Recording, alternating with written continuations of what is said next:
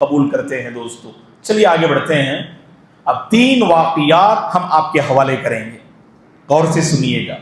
عموماً لوگوں کے ذہنوں میں یہ بات ہوتی ہے کہ غزوہ احد کے بعد اگر کسی سے سوال کیا جائے بھائی آپ سیرت جانتے ہیں؟ ہم سیرت جانتے ہیں، تو آپ مدنی زندگی کی ایک جھلک پیش کیجئے گا۔ کہا کہ اللہ کے نبی صلی اللہ علیہ وسلم جب مدینہ آئے تو آنے کے بعد صلی اللہ علیہ وسلم نے مسجد نبوی کی تعمیر فرمائی، انصار اور مہاجرین کے درمیان آپ نے بھائی چارہ قائم فرمایا، اور ایک دستور میثاق مدینہ آپ نے تیار فرمایا، اور دوسرے سال بدر کی لڑائی ہوئی، تیسرے سال احد کی لڑائی ہوئی، 5ویں سال خندق کی لڑائی ہوئی، 6 سال خیبر کی لڑائی ہوئی، اور 7ویں سال حدیبیہ کی صلح کا واقعہ پیش آیا، اور 8ویں سال مکہ کی فتح ہوئی، اور 8ویں سال حنین کی لڑائی ہوئی، اور 9ویں سال تبوک کی لڑائی ہوئی، اور 9ویں سال اللہ کے نبی پر حج فرض ہوا، اور 10ویں سال اللہ کے نبی نے حج کیا، اور 11ویں سال اللہ کے نبی کی وفات ہو گئی۔ یہ مختصر جو ہے خاکہ پیش کرتے ہیں، لیکن ہم اور آپ اللہ اکبر سیرت پڑھنے پڑھانے کے لیے یہاں جمع ہیں، تو ہم تفصیل سے تھوڑا ڈیپ آپ کو لے کے جائیں گے انشاءاللہ۔ تو جو عموماً ذہنوں میں بات ہوتی ہے کہ احد کے بعد خندق، اب آئیے ہماری اس کلاس میں آپ خود اندازہ لگائیں گے کتنے واقعات ہیں جو احد اور خندق کے درمیان پیش آئے۔ ان میں سے 3 واقعات آج ہم آپ کے حوالے کر رہے ہیں، غور سے سنیے گا۔ سب سے پہلا واقعہ احد کے بعد، سن رہے ہیں بیٹے؟ ہاں غور سے سنیے گا یہاں سے انشاءاللہ۔ اب تک جو ہے ایک پیغام تھا، میسیج تھا جو ہم نے اپنے بڑوں کو دیا، الحمدللہ چھوٹے بچے ہیں، اب یہاں سے جو ہے واقعات آپ تمام کی خدمت میں ہم حوالے کر رہے ہیں۔ سب سے پہلا واقعہ ہے، اس واقعے کا عنوان ہے حمراء الاسد کی لڑائی، غزوہ حمراء الاسد۔ اصل واقعہ کیا تھا؟ جیسے ہی دوسری مرتبہ مسلمانوں کو احد کے میدان میں زبردست نقصان کا سامنا کرنا پڑا، اور آخر میں ڈٹ کر پھر مسلمانوں نے مقابلہ کیا، ابو سفیان، خالد بن ولید جیسے کمانڈر اور دیگر مشرکین جو ابھی یہ دونوں حالت کفر میں تھے، انہوں نے سمجھا جتنا نقصان ہم نے اب مسلمانوں کو پہنچایا یہ کافی ہے، یہ سمجھ کر وہ واپس ہونے لگے۔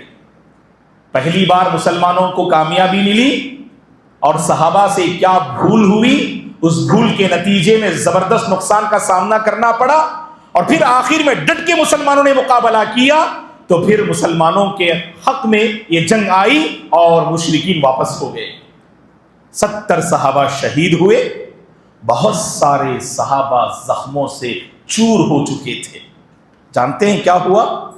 اللہ کے نبی صلی اللہ علیہ وسلم مدینے کی طرف آپ رواں دواں ہوئے، جنگ ختم ہو گئی، اور ادھر ابو سفیان جو مشرکین کے کمانڈر تھے وہ اپنے لشکر کو لے کر آگے بڑھ رہے تھے، اور جیسا کہ ایک واقعہ ہم نے پیش کیا تھا، علی رضی اللہ عنہ کو اللہ کے نبی نے بھیجا، دیکھو وہ کس پہ سوار ہیں، اگر اونٹوں پہ سوار اور گھوڑے کو ساتھ لے کے چل رہے ہیں تو ان کا ارادہ مکے کا ہے، اگر وہ گھوڑے پہ سوار ہیں اور اونٹوں کو ساتھ لے کے چل رہے ہیں تو مدینے کا ارادہ ہے۔ تو دیکھا علی رضی اللہ عنہ نے کہ یہ مشرکین اونٹوں پہ سوار تھے اور گھوڑوں کو اپنے ساتھ لے کے آگے بڑھ رہے تھے۔ اللہ کے نبی نے کہا کہ یہ لوگ مکہ جا رہے ہیں، اب کوئی خطرہ نہیں۔ لیکن ہوا یہ، وحی کے ذریعے سے اللہ کے نبی کو یہ خبر مل گئی ابو سفیان دوبارہ حملہ کرنے کا ارادہ کر رہے ہیں۔ راستے میں کچھ مشرکین کے لشکر میں کچھ معاملہ ہوا، انہوں نے کہا کہ ہم نے صحیح معنی میں بدر کا پورا بدلہ نہیں لیا، اور بدر کا پورا بدلہ کیا ہے جانتے ہیں؟ کیا کہا مشرکین نے؟ بدر کا پورا بدلہ یہ ہے کہ مدینے کو کچل دیا جائے، فالعیاذ باللہ، پورے مسلمانوں کا خاتمہ ہو جائے اور اس دھرتی پر اسلام کا نام و نشان نہ رہے۔ تو یہ اس ناپاک ارادے سے ابو سفیان اور آپ کے ساتھ رہنے والے واپس ہونے لگے، بہت دور نکل گئے تھے۔ اللہ کے نبی کو خبر ملی تو آپ نے کیا فرمایا، کیا اعلان کیا جانتے؟ اللہ اکبر، آپ نے اعلان فرمایا لا يخرج معنا الا من شهد القتال، لا يخرج معنا الا من شهد القتال، ہمارے ساتھ وہی نکلے گا جو میدان احد میں ہمارے ساتھ شریک تھا، اب کوئی نیا بندہ ہمارے ساتھ نہیں آئے گا۔ اللہ اکبر، یہاں صحابہ کے ایمان کی آزمائش، ہم اور آپ ہوتے تو کیا جواب دیتے اللہ کے نبی اور اپنے سردار کو؟ ابھی تو ہم جنگ سے واپس ہوئے ہیں، مدینے میں بہت سارے ہیں جنہوں نے جنگ نہ کی، ان کو لے کے چلے آپ۔ صحابہ نے جذبہ ایمان کا جو ثبوت دیا، اللہ تعالیٰ اس معاملے سے اس قدر راضی ہوئے، اللہ نے قرآن میں آیتیں نازل فرما دی ان صحابہ کی تعریف میں، اور قیامت تک یہ آیتیں پڑھی جائیں گی اور یہ واقعہ یاد رہے گا۔ اللہ کے نبی نے اعلان کیا ہمارے ساتھ جو شریک تھے میدان احد میں وہی آئیں گے ہمارے ساتھ۔ بڑی آزمائش کی گھڑی تھی، ابھی جسم زخموں سے بالکل ہلکا نہیں ہوا ہے، پورے جسم زخموں سے چور ہیں۔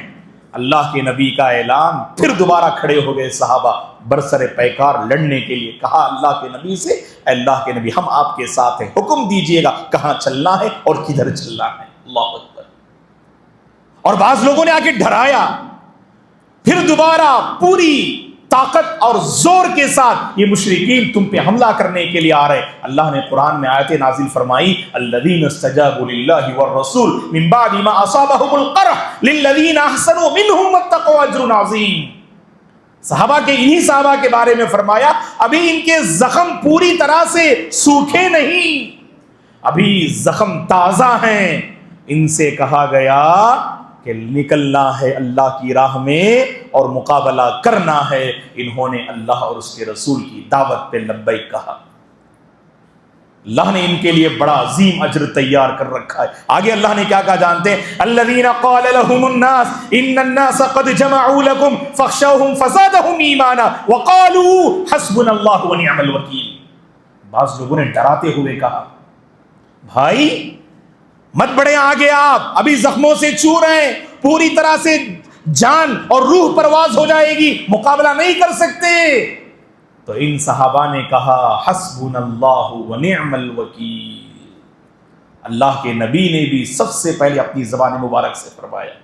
صحیح بخاری مسلم کی حدیث ہے، ابن عباس رضی اللہ عنہما فرماتے ہیں، یہ حدیث ذہن میں رکھیے گا، جب ابراہیم علیہ السلام کو آگ میں ڈالا گیا، ابراہیم علیہ السلام نے کہا حسبی اللہ ونعم الوکیل، اور صلی اللہ علیہ وسلم کو احد کے بعد جب دوبارہ انہیں ڈرایا گیا اور یہ خبر دی گئی کہ دوبارہ مشرکین حملہ کے لیے آ رہے ہیں، تو اللہ کے نبی کی زبان مبارک سے الفاظ نکلے حسبنا اللہ ونعم الوکیل۔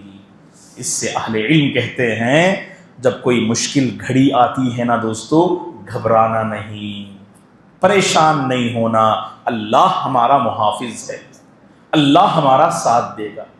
کبھی کوئی بندہ خیر اور بھلائی کو لے کے آگے بڑھتا، لوگ ڈراتے آپ کو، پریشان کرنے کی کوشش کرتے، بھائی آگے مت بڑھو نا، سامنے خطرات ہیں، آپ ہمت کیجئے، آگے بڑھیے، اپنے خیر پہ باقی رہیے، اپنے ایمان اور توحید پہ باقی رہیے، اور ایسا کام مت کیجئے جس سے آپ کے ایمان اور توحید میں کوئی آنچ آئے، اور کہیے گا حسبنا اللہ ونعم الوکیل۔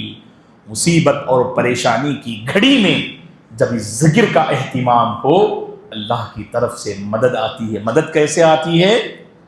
اللہ نے آگ سے کہا سلامتی والی بن جا، قلنا یا نار کونی بردا وسلاما علی ابراہیم، آج بھی ہو جو براہیم سا ایمان پیدا، آگ کر سکتی ہے انداز گلستاں پیدا۔ آگ کا کام جلانا ہے، لیکن ابراہیم علیہ السلام نے جب ذکر کا اہتمام کیا حسبنا اللہ ونعم الوکیل، ہمت کیجئے، اللہ مشکل گھڑی میں آپ کا ساتھ دیں گے۔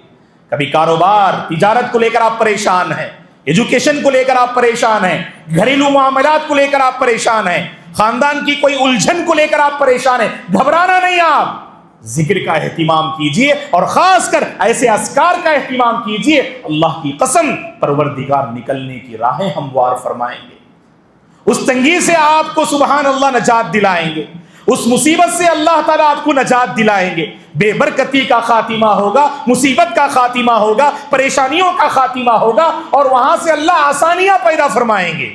اہتمام کیجئے، یاد کیجئے، اور اپنی عملی زندگی میں سے لانے کی کوشش کیجئے، حسبنا اللہ ونعم الوکیل۔ خیر، اللہ کو یہ ادا بہت پسند آئی۔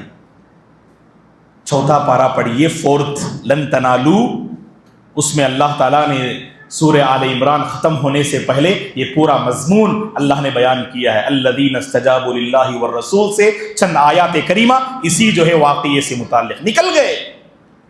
ہاں ایک صحابی کا نام یاد رکھیے آپ لوگ. جب دوبارہ نکلے مدینے سے، کیوں نکلے؟ مشرکین سے مقابلہ کرنے اور مشرکین کو روکنے کے لیے کہ دوبارہ مدینے میں قدم نہ رکھیں. اور کس ارادے سے واپس ہو رہے تھے مشرکین؟ مدینے کو پوری طرح سے ختم کر دیں. تو یہاں سے نکلے مسلمان. کیوں نکلے مسلمان؟ تاکہ اس لشکر کا مقابلہ کرنے اور اسے روکنے کے لیے. ایک صحابی اللہ کے نبی نے اعلان کیا تھا جو میدان احد میں شریک تھے وہی آئیں گے، لیکن ایک صحابی کو اللہ کے نبی نے اجازت دی. اور ریزن کیا تھا؟ یہاں میں آپ سے ایک سوال کروں گا. ریزن یہ تھا کہ ان کی 9 بہنیں تھیں اور ان کے والد جنگ میں شریک ہوئے تھے، اور گھر میں بہنوں کی نگہبانی اور ان کی حفاظت کرنے والا کوئی نہیں تھا. اس لیے اللہ کے نبی نے صحابی رسول سے فرمایا تم گھر میں اپنی بہنوں کا خیال کرتے ہوئے رہ جاؤ، احد میں مت آؤ. اور ہوا یہ، اللہ کی طرف سے فیصلہ یہ تھا، احد کی لڑائی میں آپ کے والد شہید ہو گئے اور بس آپ باقی رہ گئے. اور آپ کے کندھوں پر کتنے بہنوں کی ذمہ داری؟ 9 بہنوں کی ذمہ داری. اور اس صحابی سے اللہ کے نبی نے فرمایا تم آ سکتے ہو ہمارے ساتھ. احد میں شریک نہیں ہوئے، ایک خاص ریزن تھا، اب تم آ سکتے ہو. کون ہے یہ صحابی؟ جن کو معلوم ہے ہاتھ اٹھائیے، اور خواتین کو بھی اگر معلوم ہے تو جلد جواب لکھ کر دیجیے. میں نے پوری صفات ذکر کر دی. اور بڑے چہیتے تھے اللہ کے نبی کے. اللہ کے نبی کو ان کو بہت پسند فرماتے تھے، اور انہوں نے ایک کنواری لڑکی سے شادی نہ کی، ایک جو ہے یعنی شادی شدہ خاتون سے شادی کی آپ نے. کیوں؟ تاکہ بہنوں کا خیال کرنے والے آ جائیں. آئیے آپ. جی جعفر رضی اللہ عنہ؟ نہیں. ماشاء اللہ، جائیے. جواب صحیح آ گیا ہے الحمدللہ. ام یسرا اور رضوانہ بنت مبارک علی دونوں کا جواب صحیح ہے. اللہ یبارک فیکما ویحسن الیکما. ماشاء اللہ تبارک اللہ. حضرت بول دوں، بہت مشہور صحابی میرے بیٹے، حضرت نہیں، حضرت جابر بن عبداللہ رضی اللہ عنہ. کئی بار میں نے کہا صحابی کے بارے میں، جابر بن عبداللہ رضی اللہ عنہ. ایک روایت میں ان کی 7 بہنیں، ایک اور روایت میں 9 بہنیں تھیں. ان کی شادی ہو گئی، کنواری لڑکی سے نہیں، ایک خاتون سے شادی کی آپ نے. اللہ کے نبی نے پوچھا ہلا تزوجت بکرا، اے جابر کسی کنواری سے شادی کر لیتے تاکہ تم ان کے ساتھ کھیلتے اور وہ تمہارے ساتھ کھیلتی. کہا اللہ کے نبی میری 9 بہنیں ہیں، اگر میں کنواری سے شادی کر لیتا میری اپنی بیوی جو کنواری ہوتی وہ بھی میری بہنوں کے ساتھ مل کر کھیل کود میں مشغول ہو جاتی، میری بہنوں کی وہ تربیت کا خیال نہ رکھتی. اسی لیے میں نے خاتون سے شادی کی تاکہ میری بہنوں کا خیال کرنے والی وہ ہو. اللہ اکبر، کیا سوچ تھی دیکھیے آپ. یہی وہ عظیم صحابی ہیں جابر بن عبداللہ رضی اللہ عنہ، اور ان کے والد ہیں عبداللہ بن عمرو بن حرام رضی اللہ عنہ جو میدان احد میں شہید ہوتے ہیں. شہداء احد کی فہرست میں عبداللہ بن حرام رضی اللہ عنہ کا نام بھی آتا ہے جو جابر کے والد ہیں، اور بہت زیادہ احادیث حضرت جابر نے بھی روایت کی. خیر، یہ جابر بن عبداللہ رضی اللہ عنہ جانتے ہیں آپ، اللہ کے نبی نے ان کو بھی ساتھ لے لیا. آگے بڑھتے گئے اور ایک مقام ہے مدینے سے 8 میل کے فاصلے پر، تقریباً لگ بھگ 10 سے 11 کلومیٹر میں کہیں گے تو 11 کلومیٹر کے آس پاس، ایگزیکٹ مدینے سے 8 میل کے فاصلے پر ایک مقام ہے، اس کا نام حمراء الاسد، جو کس راستے میں پڑتا ہے؟ جو مکے کے راستے میں ذوالحلیفہ جو میقات ہے مدینہ والوں کے لیے، اس راستے میں پڑتا ہے. تو وہاں پر اللہ کے نبی اور یہ صحابہ پہنچے. اور ذوالحلیفہ کیا ہے؟ اللہ ہم سب کو عمرہ اور حج کی سعادت نصیب فرمائے. جو سفر عمرہ پہ جاتے ہیں نا، جو سفر حج پہ جاتے ہیں نا، وہ میقات کو پہچانتے ہیں.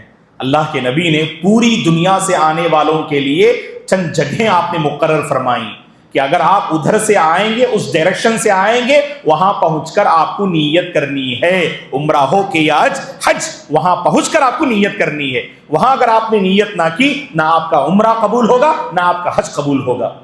5 جگہیں اللہ کے نبی نے مقرر فرمائی، یہ 5 جگہیں پوری دنیا کو کور کرتی ہے۔ چلیے نالج کے لیے ہم آپ کو بتا دیتے ہیں، کبھی پوچھوں گا انشاءاللہ یہ سوال، وہ 5 جگہیں غور سے سنو۔ پہلی جگہ ذوالحلیفہ، جو مدینے سے ایگزیکٹ 25 کلومیٹر کے فاصلے پر ہے، 25 kilometre from Medina to Dhul Hulaifa, 25 kilometre. کس کے لیے؟ جو مدینہ سے حج عمرہ کے لیے آئیں گے، حج کے لیے آئیں گے، وہ ذوالحلیفہ میں بڑی زبردست مسجد ہے، مسجد ذوالحلیفہ ابیار علی کے نام سے۔ جنہوں نے زیارت کی ہے وہ جانتے ہیں، اللہ ہم سب کو وہ زیارت نصیب فرمائے، وہ توفیق عطا فرمائے۔ بڑی خوبصورت مسجد، مسجد ابیار علی اور ذوالحلیفہ کے نام سے، یہ مدینہ والوں کے لیے پہلی جگہ۔ کیا نام ہے اس کا؟ ذوالحلیفہ۔ اور دوسری جگہ سن لو، دوسری جگہ ہے جحفہ۔ جحفہ سیریا والوں کے لیے، سیریا اور آس پاس آنے والوں کے لیے جحفہ۔ اور تیسرا جو ہے سن لیجئے آپ، جو مقام اللہ کے نبی نے متعین کیا، یلملم۔ یلملم کس کے لیے؟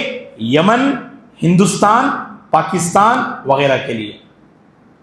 ہندوستان والے جو جاتے ہیں نا، پورے انڈیا میں کسی بھی ایئرپورٹ سے جائیے آپ، یلملم سے ہی جانا ہوگا آپ کو، جدہ سے پہلے آتا ہے، اور وہاں پر آپ کو نیت باندھنی ہے، اور فلائٹ میں جو ہے اعلان کر دیتے ہیں ابھی آپ میقات پر سے گزر رہے ہیں، آپ جو ہے کیا کیجئے گا؟ احرام باندھ لیجئے گا۔ تو کہا کہ یہ یلملم ہے جو یمن، ہندوستان اور پاکستان والوں کے لیے ہے۔ اور چوتھا مقام اللہ کے نبی نے بتایا، کہا کہ ذات و عرق، عراق والوں کے لیے، جو عراق سے آئیں گے نا، وہاں پر ایک مقام ہے ذات و عرق، مکے سے پہلے، تو وہاں آ کر وہ لوگ احرام باندھنا۔ اور 5واں اور آخری مقام قرن المنازل۔ قرن المنازل یہ کس کے لیے؟ نجد اور طائف وغیرہ کے لیے۔ طائف کہاں ہے؟ مکے سے 91 کلومیٹر کے فاصلے پہ ہے، تو طائف سے آئیں گے اور نجد سے آئیں گے وہ لوگ، وہاں قرن المنازل میں نیت باندھ کر وہاں سے آئیں گے۔ تو 5 مقامات ہیں، ذوالحلیفہ مدینہ والوں کے لیے، جحفہ سیریا والوں کے لیے، اور یلملم یمن، ہندوستان اور پاکستان والوں کے لیے، اور چوتھا مقام ہے ذات و عرق، عراق والوں کے لیے، اور 5واں مقام ہے قرن المنازل، یہ نجد اور طائف والوں کے لیے۔ یہ 5 مقامات ذہن میں رکھیے گا، اللہ کے نبی نے یہ مقرر فرمایا صلی اللہ علیہ وسلم نے یہاں سے آنے والوں کے لیے۔ چلیے، تو جب یہ صحابہ اور اللہ کے نبی حمراء الاسد کے مقام پہ پہنچتے ہیں، تو اللہ کے نبی نے ایک صحابی کو روانہ کیا، اور ابھی اس صحابی کے بارے میں لوگ سمجھ رہے ہیں کہ یہ ابھی کافر ہیں، مشرک ہیں، ابھی احد کے موقع پر اسلام قبول کیے۔ ان کا نام تھا معبد ابن ابی معبد الخزاعی رضی اللہ عنہ۔ صرف معبد نام یاد رکھو، اگر معبد جواب دیں گے تو بھی انشاءاللہ انعام ملے گا۔ معبد ابن ابی معبد الخزاعی رضی اللہ عنہ۔ یہ معبد رضی اللہ عنہ، لوگ سمجھ رہے تھے کہ یہ مشرک ہیں، اللہ کے نبی نے بھیجا، جاؤ ابو سفیان اور آپ کے لشکر میں جو مشرکین ہیں نا، ان کو ڈراؤ کہ مسلمان پوری تیاری سے دوبارہ تم سے مقابلہ کرنے کے لیے نکل چکے ہیں۔ یہ صحابی وہاں سے فوراً تیز آگے بڑھتے ہیں، اور روحا، ایک مقام کا نام ہے روحا، روحا نامی مقام پر ان سے ملاقات کرتے ہیں۔ ابو سفیان جو ابھی حالت کفر میں ہوتے رضی اللہ عنہ، ان سے کہتے ہیں اللہ کے نبی اور صحابہ دوبارہ حملہ کے لیے نکل چکے ہیں۔ لڑ کھڑا گئے ان کے قدم، دل ڈگمگا گئے، عقل و ہوش اڑ گئے، یہ کیسے ممکن ہے؟ انہوں نے سمجھا کہ اب مسلمانوں پہ اٹیک کرنا بہت آسان، کیوں؟ زخموں سے چور ہیں، مقابلہ نہیں کر سکتے، تو ڈائریکٹ ہم مدینہ پہنچ جائیں گے، اس ارادے سے واپس ہو رہے تھے۔ جب روحا نامی مقام پہ پہنچے، روحا اور حمراء الاسد کے درمیان تھوڑا سا فاصلہ تھا، اور جیسی خبر ملی، ابو سفیان بہت دور اندیش تھے، کہا اب مسلمانوں سے مقابلہ کرنا کوئی عقل مندی نہیں، یہ حماقت والی بات ہو جائے گی، کیونکہ اب ہمارا بہت نقصان ہوگا۔ اسی لیے آپ نے لشکر والوں کو حکم دیا فوراً واپس مکہ چلے جائیں، اب ارادہ چھوڑ دیں، پھر کبھی موقع ملنے پر ہم بدلہ لیں گے۔ دیکھیے گا، اللہ اکبر، نکلے تھے، آزمائش کی گھڑی، لڑائی بھی نہ ہوئی، اللہ تعالیٰ نے ان صحابہ کے ایمان کو پرکھ دیا۔ یہ ہوتا ہے دوستو، اصل میں جانتے ہیں آپ، مصیبت کے موقع پر ایمان کی آزمائش اور ایمان کا امتحان ہوتا ہے۔ ہم اور آپ خوشحال ہوتے ہیں، آپ طاعت کا ثبوت دیتے، فرما برداری کا ثبوت دیتے، کوئی کمال نہیں۔ آپ کی زندگی میں کوئی مشکل گھڑی آئے، آپ توحید پہ، ایمان پہ باقی رہیں اور مسلمان ہونے کا ثبوت دیں، حقیقت میں یہی کمال ہے۔ کتنے اللہ کے بندے ہیں جب مصیبت کی گھڑی آتی ہے تو شرک کا دروازہ کھٹکھٹاتے، اللہ سے بدظن ہو جاتے، اللہ سے مایوس ہو جاتے، اسلام پہ شک کرنے لگتے، اوروں کے کلچر کو صحیح یعنی عجیب انداز سے دیکھنے لگتے۔ ارے کتنی اللہ کی بندیاں ہیں، کہیں دور جانے کی ضرورت نہیں، یہاں کتور کا علاقہ ہے، وہاں اللہ کا ایک بندہ ہے جو پجاری ہے، جہاں پر مسلمان خواتین کی ایک بڑی تعداد مصیبت کے موقع پہ جاتی ہے۔ بچہ ستا رہا ہے، رات میں نہیں سنبھل رہا ہے، تو لوگ وہاں جاتے ہیں اور وہ کچھ منتر پڑھ کے دیتا ہے اور اسے لے کر ہماری خواتین آتی ہیں۔ یہ مسلمان ہیں جنہیں دیکھ کے شرمائے یہود۔ اللہ نے قرآن میں کیا کہا جانتے؟ وَمَا يُؤْمِنُ أَكْثَرُهُمْ بِاللَّهِ إِلَّا وَهُمْ مُشْرِكُونَ۔ اللہ پر ایمان لانے والے کتنے بندے ہیں جو شرک کا راستہ اختیار کیے ہوئے ہیں؟ نہیں دوستو، مصیبت کے موقع پہ گھبرانا نہیں، مصیبت کے موقع پہ ایمان کا لگام چھوڑنا نہیں، مصیبت کے موقع پر ایمان پر ڈٹ کر رہنا، ثابت قدم رہنا، اور یہ ثابت کرنا کہ ہم مسلمان ہیں اور کبھی ہم اپنے ایمان اور توحید سے کمپرومائز نہیں کر سکتے۔ یہ پیغام ہے دوستو۔ دیکھیے گا صحابہ کی زندگی میں کیسی مشکل گھڑی آئی اور فوری طور پر آپ نے صحابہ نے اپنے مؤمن ہونے کا ثبوت دیا۔ یہی تو فائدہ ہے سیرت پڑھنے کا۔ یہ کوئی کچھ واقعات نہیں ہیں جو رونما ہو گئے اور ختم ہو گئے، ابھی بھی تاریخ کے صفحات میں، سیرت کی کتابوں میں یہ واقعات زندہ ہیں، اور ہم اگر اپنے ایمان کو زندہ رکھنا چاہتے ہیں، ان واقعات سے ہمیں سبق حاصل کرنا ہے۔ کبھی بھی گھبرائیے نہ آپ، اللہ کیسے ہمیں چھوڑ سکتا ہے بتائیے آپ، اس پہ ہمارا ایمان ہے نا۔ ارے وہ پروردگار تو ایسا کہ فرعون جیسے ظالم و جابر اور خدائی کا دعویٰ کرنے والا بادشاہ، اس کے بارے میں اللہ نے حضرت موسیٰ اور ہارون سے کہا جاؤ تو صحیح فرعون کے پاس، لیکن نرم لہجے میں بات کرنا، گرم لہجے میں بات نہیں کرنا، تمہارے نرم لہجے سے فرعون کا دل بدل جائے۔ اللہ اکبر، کیا ہے پروردگار دوستو، اس پروردگار کی ہم جتنی بھی قدر کر لیں کم ہے۔ وما قدر اللہ حق قدرہ، پروردگار تو ایسا، اس کی نافرمانی کی جاتی، اس کو ستایا جاتا، اس کو تکلیف دی جاتی، اس کے ساتھ شرک کیا جاتا، لیکن پروردگار تو توبے کی دعوت دیتے ہیں۔ توبہ کر لی نا ہم نے، سارے گناہوں کو اللہ دھل کے رکھ دیتے۔ اتنا مہربان ہے میرے اور آپ کا پروردگار، اسی لیے اس پروردگار کی لاج ہمیں رکھنی ہے، اس پروردگار کے راستے پہ ہمیں باقی رکھنا ہے دوستو۔ یہ بات ہم کچھ زور اور شور سے اس لیے بتا رہے ہیں کیونکہ ربیع الاول کے مہینے میں بارہا کہا جاتا ہے مسلمان بندوں سے، اے اللہ کے بندو، ربیع الاول میں میلاد النبی نہ مناؤ۔ جشن میلاد یہ اسلام سے ثابت نہیں، عہد صحابہ سے یہ ثابت نہیں، عہد تابعین سے یہ ثابت نہیں۔ یہ سب کہنے کے باوجود مگن ہیں اور اپنی پرانی روش پہ باقی رہنا چاہتے ہیں۔ اس دن تو پوری امت کا اتفاق ہے، چاہیں تو آپ ہماری پرانی ویڈیو دیکھ لیجئے گا، امام صاحب شاید اس کو بھی نشر کریں گے قریب میں، چند دنوں میں۔ ہم نے پوری وضاحت کے ساتھ ہم نے اس موضوع پہ گفتگو کی ہے اور ہم نے واضح کیا ہے پوری امت کا اتفاق ہے، اللہ کے نبی کی وفات 12 ربیع الاول کو ہوئی اور 9 ربیع الاول کو اللہ کے نبی پیدا ہوئے، اور جشن کس کو لے کر منا رہے ہیں؟ اللہ حفاظت فرمائے، وفات رسول کو لے کر جشن منا رہے ہیں۔ اللہ ہدایت دے ایسے بندوں کو۔ اس دن تو اللہ کے نبی کی وفات ہوئی، نہ غم منانا ہے نہ جشن منانا ہے، اور صحیح معنی میں اللہ کے نبی کی پیروی کرنی ہے۔ تو بہرحال یہ بڑا عظیم واقعہ تھا جو احد کے بعد پیش آیا، حمراء الاسد کے پاس یہ واقعہ پیش آیا، اسی لیے اسے کہا جاتا ہے غزوہ حمراء الاسد، جو مدینے سے 8 میل کے فاصلے پر ہے، ذوالحلیفہ کے راستے میں ہے۔ اس کے بعد ہم تو واقعہ بیان نہیں کریں گے، وقت اجازت نہیں دے رہا ہے، انشاءاللہ اگلے ہفتے آنے والے واقعات بیان کریں گے۔ جو اس کے بعد کا واقعہ ہے، جو ٹائٹل ہے اس کا سریہ ابی سلمہ، حضرت ام سلمہ کے جو شوہر ہیں ابو سلمہ رضی اللہ عنہ، آپ ایک لشکر کو لے کر آگے بڑھتے ہیں اور ایک اہم واقعہ رونما ہوتا ہے، اور یہ واقعہ کیوں رونما ہوا، اس کے پیچھے کیا معاملات ہیں، وہ انشاءاللہ آنے والے درس میں ہم بیان کریں گے۔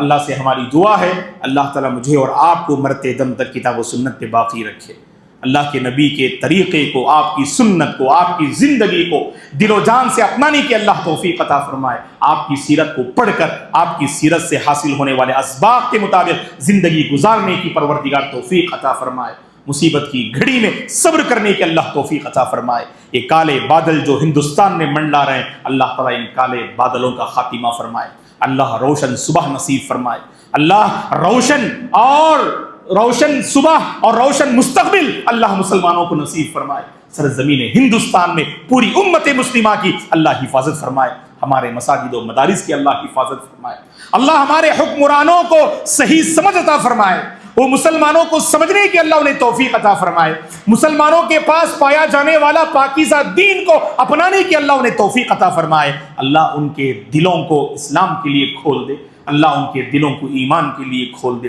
جس دین اور ایمان سے اللہ نے مجھے اور آپ کو مالا مال کیا، اللہ تعالیٰ اس پر قائم و دائم رہنے کی اللہ توفیق عطا فرمائے، آمین۔ اقول قولی ھذا واستغفر اللہ لی ولکم ولسائر المسلمین من کل ذنب فاستغفروہ انہ هو الغفور الرحیم۔